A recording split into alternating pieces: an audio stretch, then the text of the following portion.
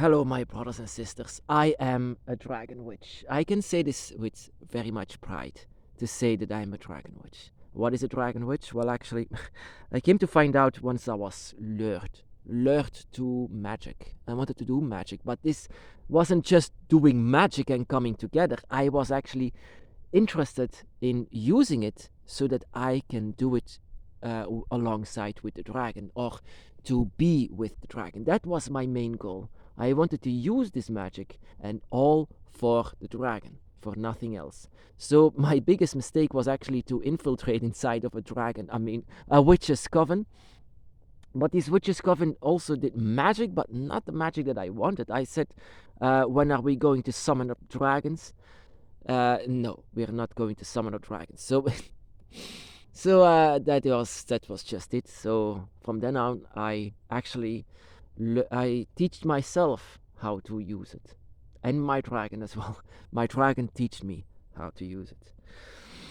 There is no initiation to call yourself a dragon witch. There is no one to tell you with a higher, status to say that from then on you are a dragon witch.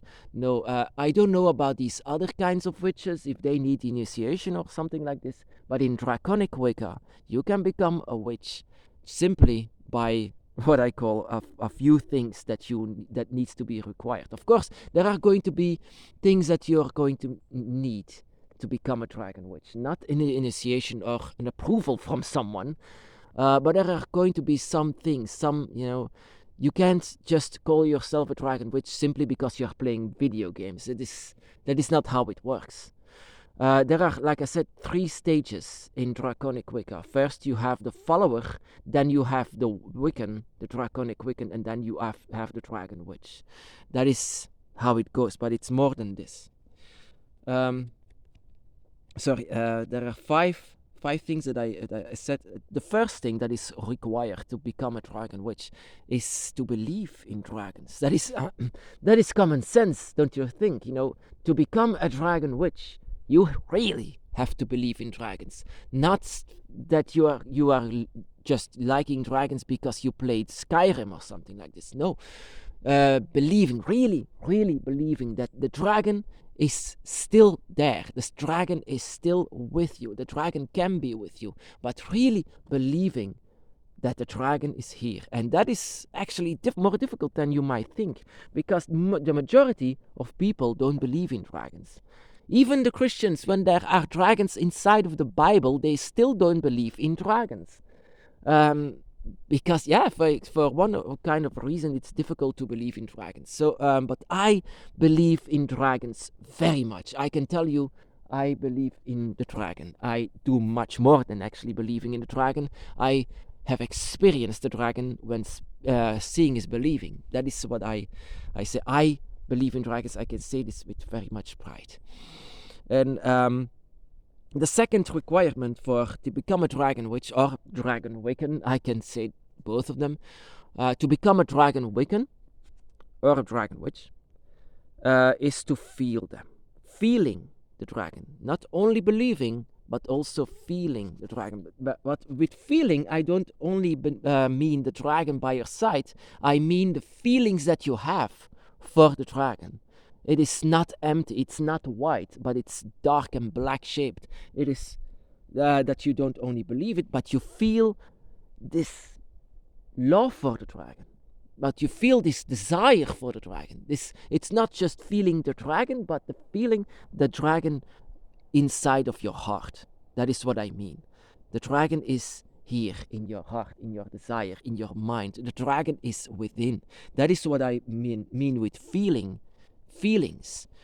Or of course, by feeling your own instincts and feeling the desire for the dragon, you are also feeling the dragon by your side. That is how it goes. That is just the path of the dragon. Of course, you don't only believe it, but you feel it. You feel the dragon. You feel the instincts inside of you. Whenever you see an image of the dragon, that is what you feel. You feel the dragon. That is also a requirement to become a draconic wiccan or a dragon witch. The third requirement to become a dragon witch or wiccan is following the dragon. Following, not just believing, not just feeling, but following them. Following the dragon, which with that I mean there are sometimes that you can feel your dragon or your desires lesser or greater. It depends on the time of year, or it depends of course, it depends on many things. But in following the dragon, I mean that you're going to do stuff, that you're going to reach out for the dragon, that you are constantly reaching out for the dragon, that you are trying to follow the dragon, that you are, whatever the dragon is saying, whatever they make you say, they make themselves say to you, you are going to keep that for yourself and use that as another step on your dragon's path. In following the dragon, you are following your own instincts, and you are following the voice of your dragon and whatever they are saying to you. So it's a bit like following a spirituality and following your dragon. In order to do so, you are going to need stuff. You're going to be, in order to follow the dragon and to follow their voice, you're going to do something. And that is my next point, doing effort.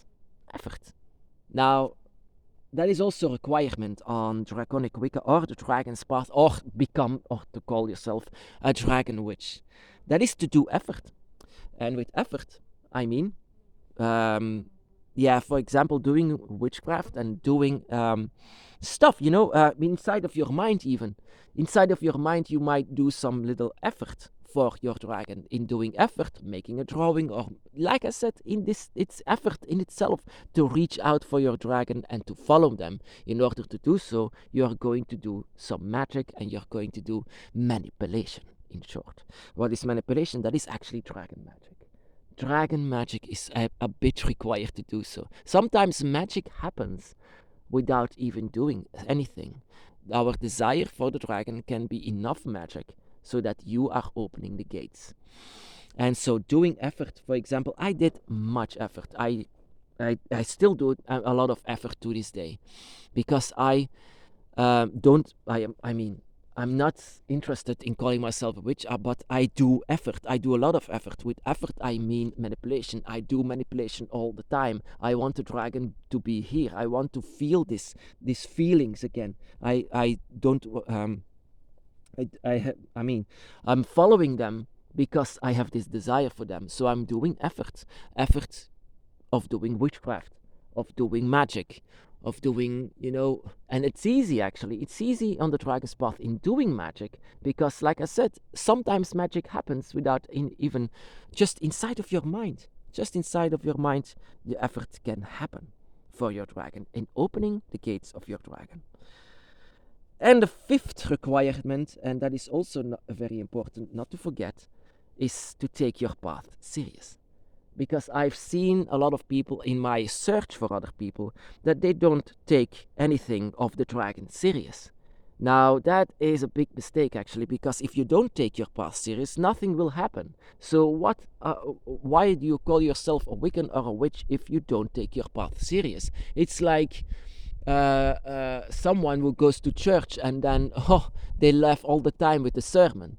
That is not what makes them go to church. If you go on the dragon's path and you are only talking about the video games, or of course you can talk about it, but if you are only interested in that and in fantasy role playing, then, and you don't take your path serious, then this is actually, that you can't call yourself a dragon witch. Because a witch takes itself very, very serious, and of course, you can make a joke about it. I make jokes about it as well, but I take my path serious. My dragon changed my life. Everything about the dragon changed my life. Now the dragon is my life.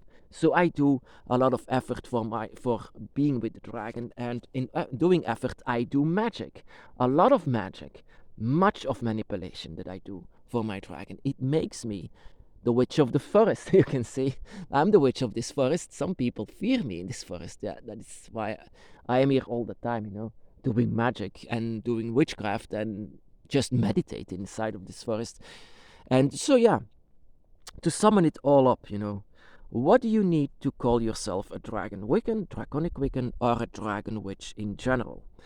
First of all, believing in dragons, then feeling the feelings for the dragon, or feeling the dragon by your side, and following the dragon and doing effort for the dragon, and take your path serious, take everything serious. So magic in itself is real magic, but you don't need to have magic from other people like I did. I infiltrated inside, not even infiltrated, but I joined a coven, and that was not my kind of magic. You know, I learned something, and that is the most ancient magic in this entire world is dragon magic. Simply because the dragon was here long before humanity, and they used the magic all the time, not by speaking words, but with their minds. And that is what sometimes happens with us as well. Inside of our minds, manipulation happens. And that is why I say I don't only believing in dragons. I don't only feel everything for them, or feeling my dragon. I don't only follow them. I don't only take a lot of effort for it, but I take it all serious. And that is the 5 things I think that you need to call yourself a dragon witch.